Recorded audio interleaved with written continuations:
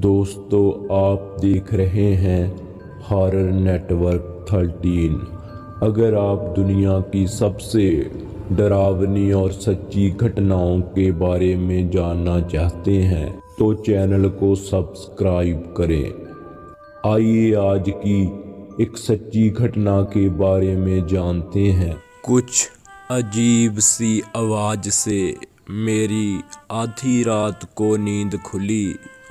उठते ही समय देखा तो पता चला कि रात का 1 बजा हुआ है। वो आवाज़ सुनकर मैं हैरान था, क्योंकि उस समय मेरे घर में मेरे अलावा और कोई भी नहीं था। मैं अपने बिस्तर से उठा और कमरे से बाहर की तरफ देखने लगा। बाहर सब कुछ शांत था और रात के अंधेरे में बाहर कुत्तों के रोने की आवाज़ें आ रही थी। इस भयानक अंधेरी रात में तेज आंधी चल रही थी, जिसकी आवाज़ मैं साफ साफ सुन रहा था। उस आवाज़ का कारण हवा को समझकर मैं वापस सोने के लिए अपने बिस्तर पर चला गया।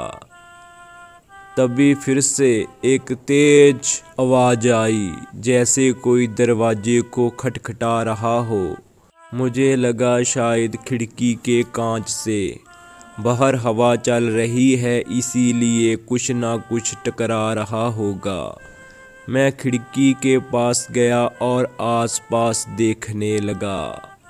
देखते देखते एक बार फिर से वही आवाज़ आई, जैसे किसी ने कुछ खड़काया हो। अब की बार मुझे पता चला कि वो आवाज़ मेरे पास ही अलमारी से आ रही थी।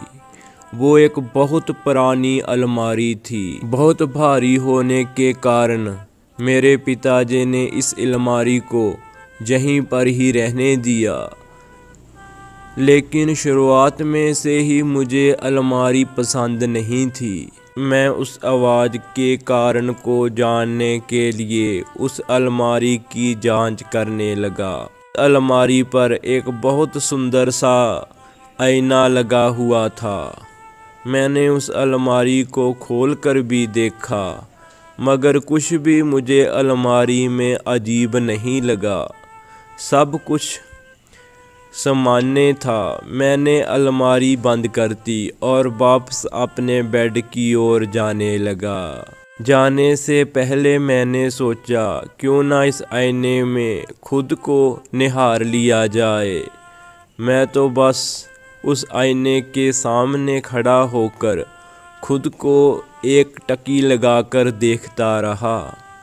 वैसे तो मुझे वो आईना बिल्कुल भी पसंद नहीं था, पर पता नहीं उस रात मुझे क्या हो गया था। मैं इतनी देर तक बिना पल के झपके बस उसी आईने को देखी जा रहा था। उस समय मुझे ऐसा लग रहा था कि जैसे मैं एक भंवरा हूँ और वो आईना एक फूल। जिस प्रकार एक फूल एक भंवरे को अपनी तरफ खींचता है, उसी प्रकार वो आईना उस वक्त मुझे अपनी तरफ खींच रहा था। हर तरफ शांति और सन्नाटा छाया हुआ था और मैं उस असीम शक्ति के बीच उस आईने को देखते जा रहा था। तभी उस शांति को काटती हुई एक तीर की भांति वहीं टक की आवाज़ वापस आई। अब मैं जान चुका था कि उस आवाज़ का कारण ये आईना था। मैं उस आवाज़ को और ध्यान से सुनने के लिए उस आईने के काफ़ी करीब हो गया। मैं बस उस आईने में अपने आप को घूर रहा था। बहुत देर तक लगातार देखने के बाद मैं उस आईने से दूर जाने लगा, पर उस आईने से अपनी नज़र नहीं हटा पा रहा था। बहुत कोशिश करने के बाद भी मैं उस आईने के आगे से हट नहीं पा रहा था।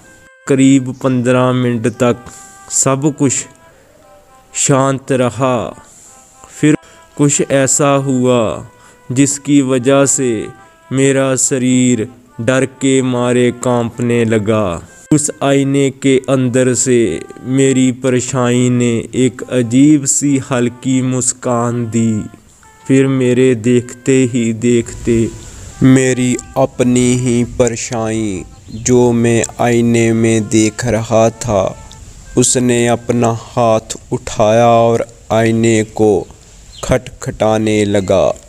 मैं डर के मारे कांप रहा था, पर फिर भी उस आईने से अपनी नज़र नहीं हटा पा रहा था। मुझे समझ नहीं आ रहा था कि मैं अपनी नज़र उस आईने से क्यों नहीं हटा पा रहा हूँ। ना चाहते हुए भी मुझे उस प्रतिबिंब की डरावनी आँखों में देखना पड़ा। उसकी आँखों में एक अलग सी रोशनी थी जो बिल्कुल एक आग के गोले जैसी लग रही थी। कुछ देर के बाद आईने में जो मेरी परछाई थी कुछ अजीब सी शब्द बोलने लगी, जिन्हें सुनकर मैं पूरी तरह से उस सुनहरी रोशनी में खो गया और शायद बेहोश ही हो गया। होश आने पर मैंने खुद को एक ऐसी जगह पाया जहां हर तरफ अंधेरा और अंधकार छाया हुआ था। मेरे सामने बस वो आईना था जिसके अंदर मैं अपने प्रतिबिंब को देख पा रहा था, मगर अब की बार वो मेरी जगह खड़ा था। मेरी परछाई ने जो अब आईने के बाहर थी और मैं उसकी जगह आईने के अंदर। कुछ देर बाद मेरी उस परछाई ने आईने पर एक सफ़ेद कपड़ा डाल दिया और रोशनी का एकमात्र जरिया भी बंद कर दिया। मैं अब एक कैदी बन चुका था। इस असीम अंधेरे में आज़ादी की एक भी किरण मुझे दिखाई नहीं दे रही थी।